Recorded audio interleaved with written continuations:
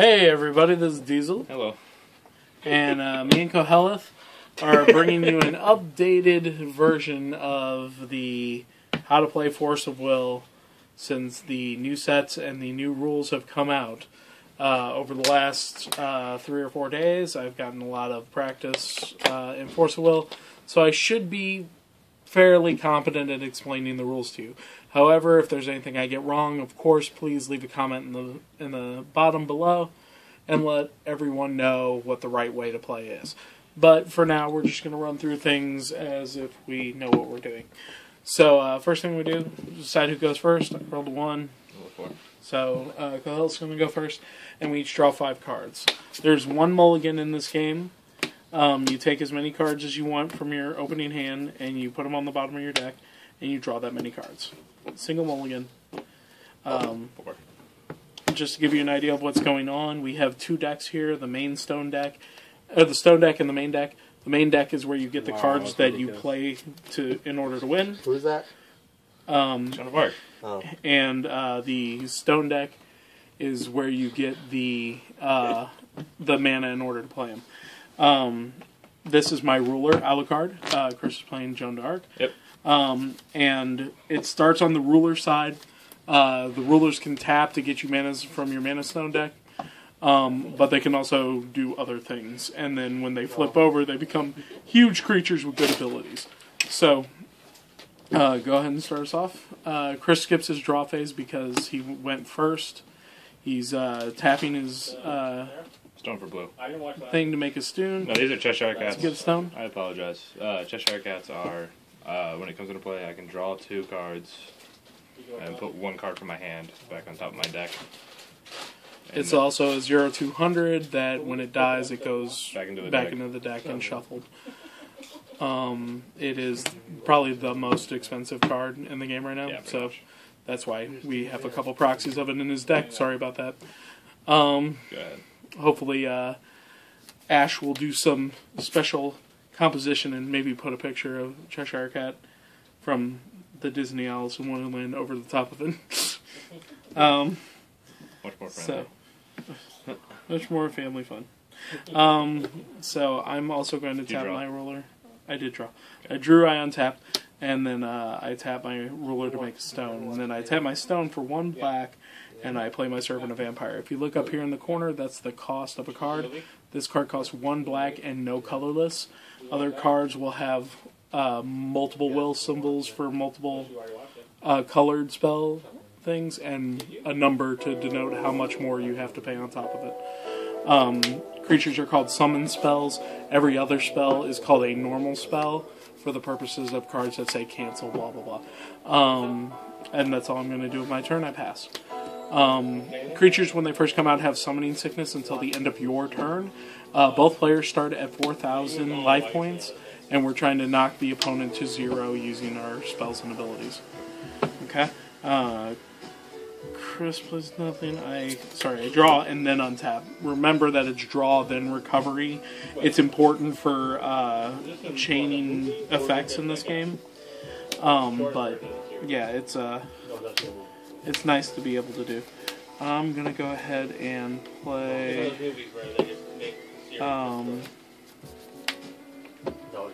Vampire Staff, and then I'm going to swing for 200 at Chris. Chris has the option to block if he wants to, but instead he's going to use an ability, a spell to counter it. Spells can be instant, or they can say standby. If they're standby, you play them on your side of the field and they sit there. If it says chant and it does not say instant or standby, then they are only played during your main phase. You can also do things in your main phase in any order you choose. So you can attack with a creature, then cast a spell, then attack with another creature.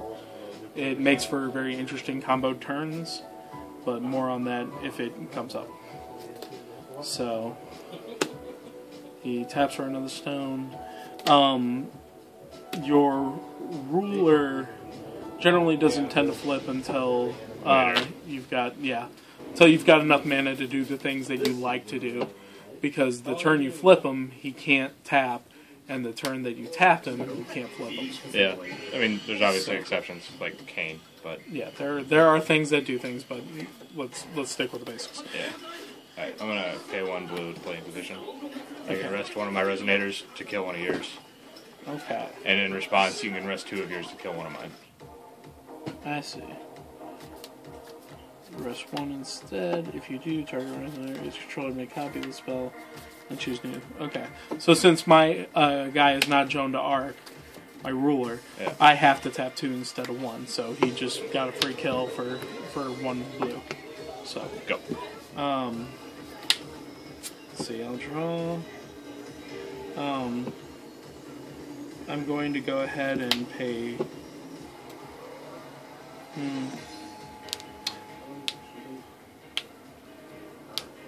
I'm going to make stone. Okay. Pay 2 for vampire staff. And end my turn. Your end step. I'll thunder it. And thunder it goes. Chris and I are both playing very control-focused decks, so you're going to see a lot of kill going on. But there are aggro builds, things that do straight damage. It really depends on who your ruler is and what colors you run.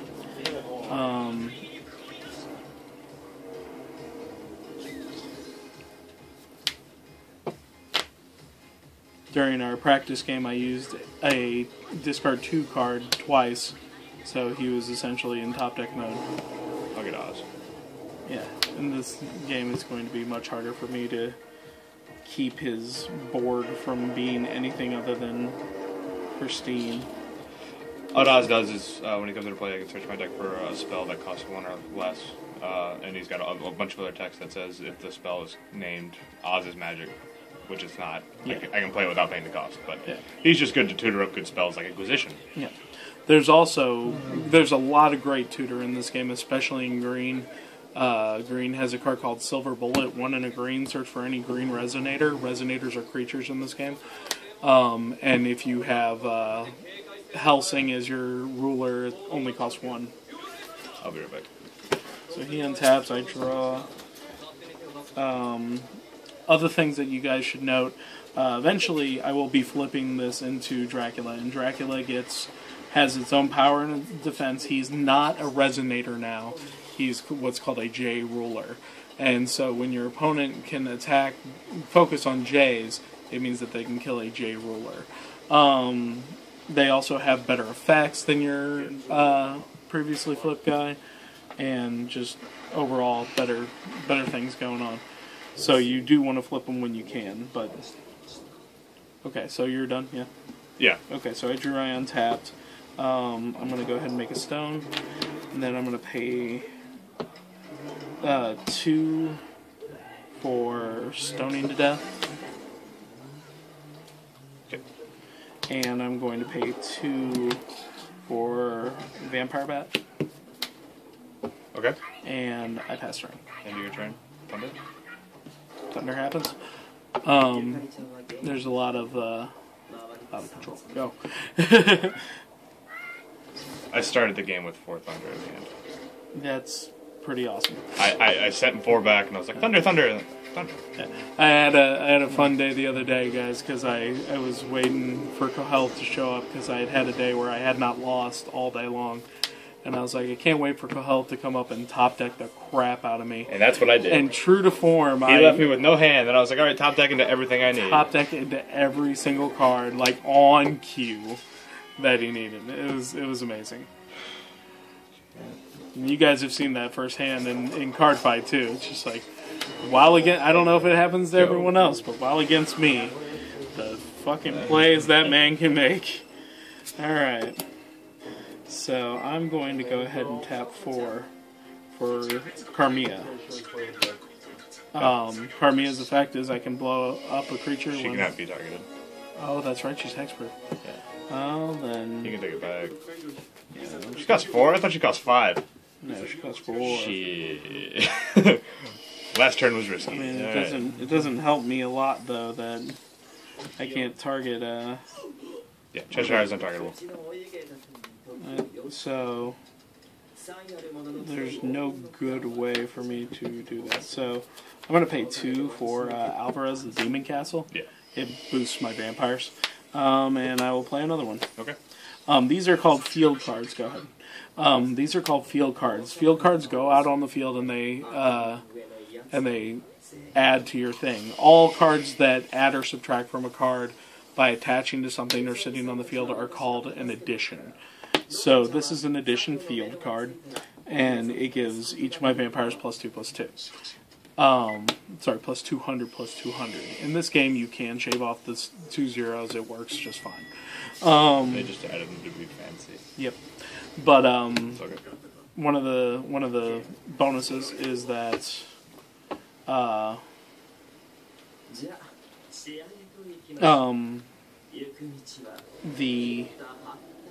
you can play as many of those as you like.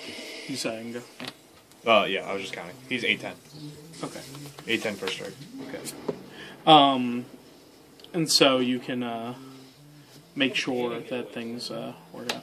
I'm gonna blow him up with command. Counter it. Summon spell? Yeah. So that happens, and I will make a stone. I should have made a stone last turn, I wasn't thinking about it. Oh, yeah, I would have let you. Okay. Well then, if I can make that stone from last turn, I would prefer to do -2, -0, -2. Oh wait, he gains defense as well, doesn't he? Yeah. So I will make another stone. Yeah. Wait, I didn't know about that ability. What's this ability? Oh, -0, -3? Yeah. Which I couldn't have used against this because Yeah. I can't. And then 2 for Cinderella. So yeah, that's it. So field spells are really good when a lot of people don't tend to do anything on additions. Yeah. Stone. Cheshire? There. There's the real Cheshire. Draw 2. Reading fully everything, guys. Enter, draw 2 cards, and then put a card from your hand on top of your main deck. This card cannot be targeted by spells or abilities, and when this card is put into a graveyard from the field, shuffle it into the owner's main deck. Which means it does touch the graveyard. Yeah. As a note, if you guys want to keep track on that kind of stuff, it's kind of important. I'll pay 1 for Inquisition. Kill. Yeah. Let's see.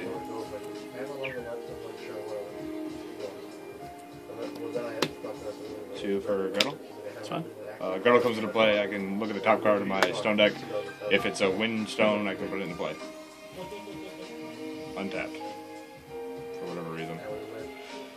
So these dual stones, they have text that say this treated as a magic wind stone or a magic fire stone. And this one's magic or wind and water. So that's why it's able to come into play. Let's see. So there's an extra spell. 1, 2, 3, 4, 5, 6. So the only downside to playing dual stones is I think there's 2 cards that can destroy special magic stones. Blood Moon is 1. And then there's one that, and then there's one that will do damage to your opponent based on the number of special magic stones they have on the field. But those are both red cards as far as I know. So there's not a lot of reason not to play all special mana stones if you are playing a multicolored deck. Yeah. My deck is not multicolored. I run 2 special stones right now. One is a black-white one, and the other is an ability stone like these 2 over here. And yeah, that's just right. Oh, I'm sorry. No, I was attacking. I was waiting for you to finish. He's 12, 14. Yeah, I take 12. 2, okay, so. Yeah. There's not much I can do. He's been controlling me. Okay. Fix that. Got it. Okay. So I draw and then I untap. I'm gonna have to drill that into my head. It's terrible. Yeah, one of these days I'll get it right. And then it's gonna get you a game loss in every other game you play. Yes. But I can't do what I was going to do before, and that was pretty much my my thing. So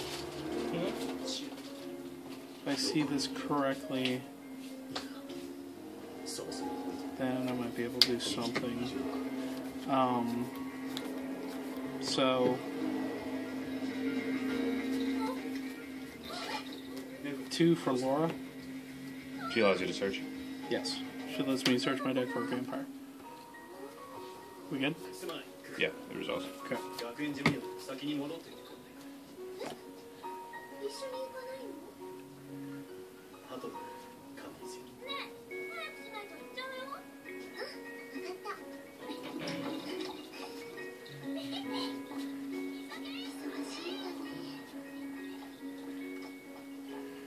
Search for me. Mm-hmm.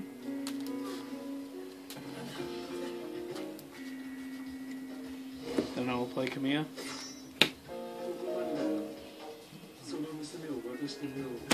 Zeke's is in hand. Nothing I can do. I will tap for a stone. And there's my white black stone. For those of you guys who was wondering the other special stone I play. Because I might side into Pandora. In this game there is a 15 card side deck. Go ahead. Which I'm interested to explore. Yep. In general, what I've seen with it so far is that people play. Yep, I need a draw. People play a ruler and then play.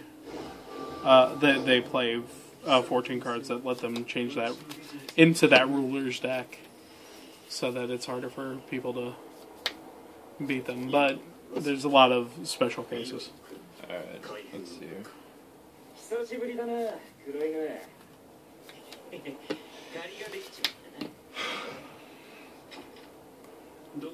How does he flip Alucard? Alucard flips if I've killed a creature in a turn and I control a vampire. Okay.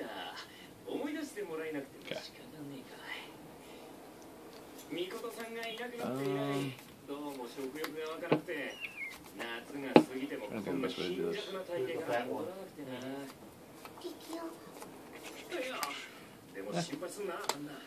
We'll just make a stone for now.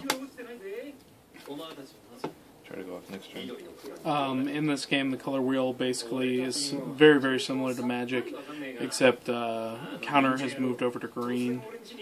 So is ramp. Well, ramp stayed green. Ramp stayed green, but counter moved over to green. Inquisition. Other than that, things tend to play, yeah, exactly like Magic. So 1, 2, 3, 4, 5, 6, 7, 8. 16. Take 16.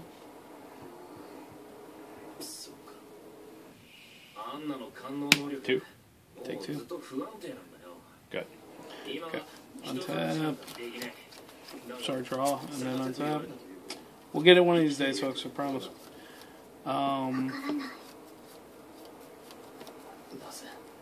One and sack one of my Alvarez's to get Kamiya back from the graveyard. Yep. 4 to player.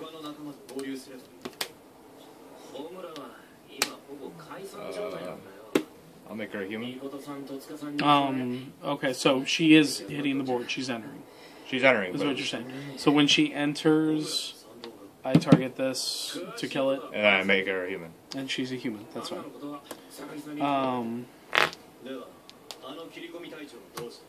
One and sack Alvarez. I'm pretty sure there's a Serpent of Vampire in here. Want to play it. Flip Dracula. Why do you flip? Because I've killed a creature this turn and I control a vampire. So finally we have a flip and you guys can see what flips do. So now my ruler is a 1,000/1,000 with flying. So flying can only be blocked by flying. And if I kill a creature with his damage, it dies and becomes mine. He also is imperishable, which means if he ever dies, he just flips back over to his ruler side and comes up here. Normally when rulers die, you pull them back to the back, they stay flipped, and they are only there to generate mana stones. They no longer do any of their other effects. Yep. So, that was a long and complicated turn. Go. End of your turn. I'll thunder. Thundering Servant of Vampire. Draw.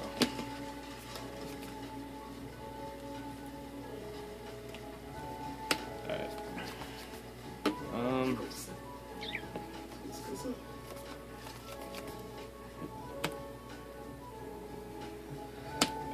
tap Mujar in a blue. He's a human. Sure.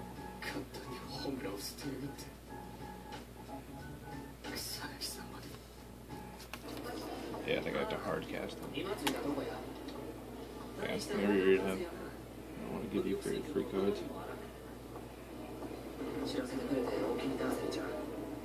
Yeah, I won't give you free cards. Yeah, so I'll pay 4 for my J Rulers activate.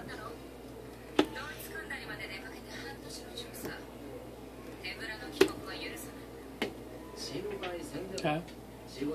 So he's flipping his J Ruler. John Dark. On play, destroy all humans. Yep. So all the humans die. You want to flip? Yeah. Oh, I unflip. It's imperishable. Yep.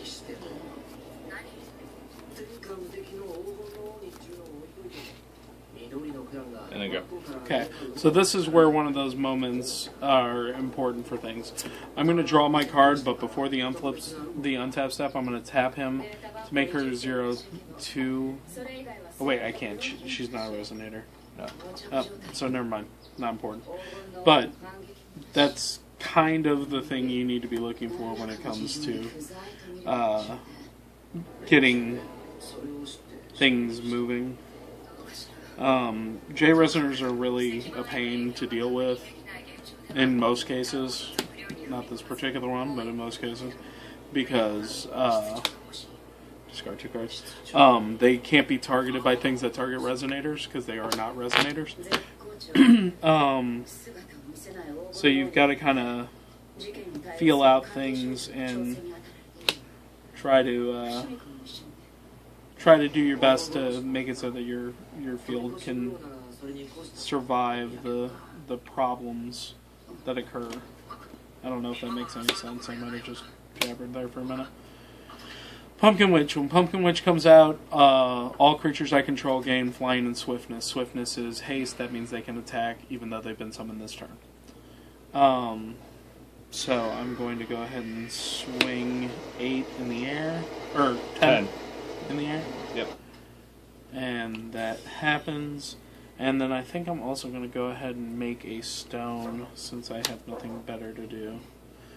Go ahead.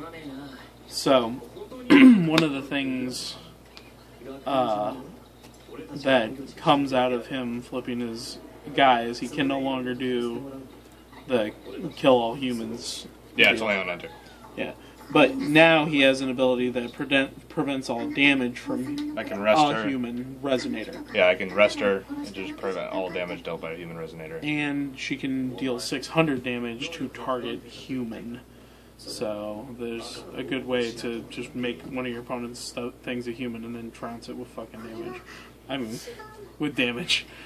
Oh no, with fucking damage. You know what? Yeah, we're not a damage. We're not a children's channel, and to be honest, it's pretty infuriating. It's a little bit. It can make Inquisition? some people pretty fucking salty. Target. Yeah, and it's dead, which I believe was my only recourse to not die this turn. Yeah, but just for shits and grins, we're gonna make Camilla a human. Sure. And then we're gonna burn her for 12. And that happens because that's something that he can do. And swing for 12. Okay. So that's pretty much the game, guys. Also, notice that he has mana tap that he didn't necessarily have to tap. And I don't know. Mujar was tapped. So if he had Mujart up at that time, he could have used Mujart, then untapped everything, and then he would have had a full thing of mana. Yeah. With everything, which is why the phases in this game are important. Yep. But I had tapped Mujart so you didn't get control of whatever you were killing. I forget what. So now we are going to go off screen and play the final third game of this this matchup. But I hope you guys enjoyed this. I hope we gave you guys enough things. A couple quick deals. I don't know if I mentioned the invisible blocker during this. We didn't get any blocking going because neither one of us was able to keep creatures worthy of blocking to do so. Yeah. But if you attack either a tapped creature or your opponent, they can block with a creature by tapping it. Creature or J Resonator. Or Resonator. Or J Resonator. J Ruler. J Ruler. And then those two exchange their attack. Instead, creatures die when their defense runs out. In Magic, there's an attack phase, so you declare all attackers and declare all blockers. That does not happen in this game. Yeah, it's main phase, and in that main phase, you have multiple battle phases. Yeah, and you do single one-on-one combat when it comes to blockers, so you cannot do multiple blockers. And also, Magic players will be familiar with the invisible blocker term, which is... and during blocking, after you've declared blockers, the attack is considered blocked. So if you kill a creature that is blocking, it does not stop the blocking of that creature, which is why we call it the invisible blocker. It's no longer there, but it's still blocking. Yeah. This game does not have that rule. So if you attack with a creature, your opponent blocks, and then you kill that creature, the attack will go through to whatever target you targeted. Yep. So be wary of that. Those are the things that we've talked about, the changes and the things that are different from Magic. I talk about because I used to play Magic a lot, and it's important to know those differences if you're going to get into this game, because you might come in thinking, "Oh, I play Magic and I know what I'm doing," and then get messed up by something small and something that you thought that you could handle. Alright, well, we're going to play the rest of this game off screen. Like, comment, subscribe. If you guys want to talk about, have us do more Force of Will, let us know. If we messed up something or you know a rule that we don't know, let us know. This is us signing out. Bye. Bye.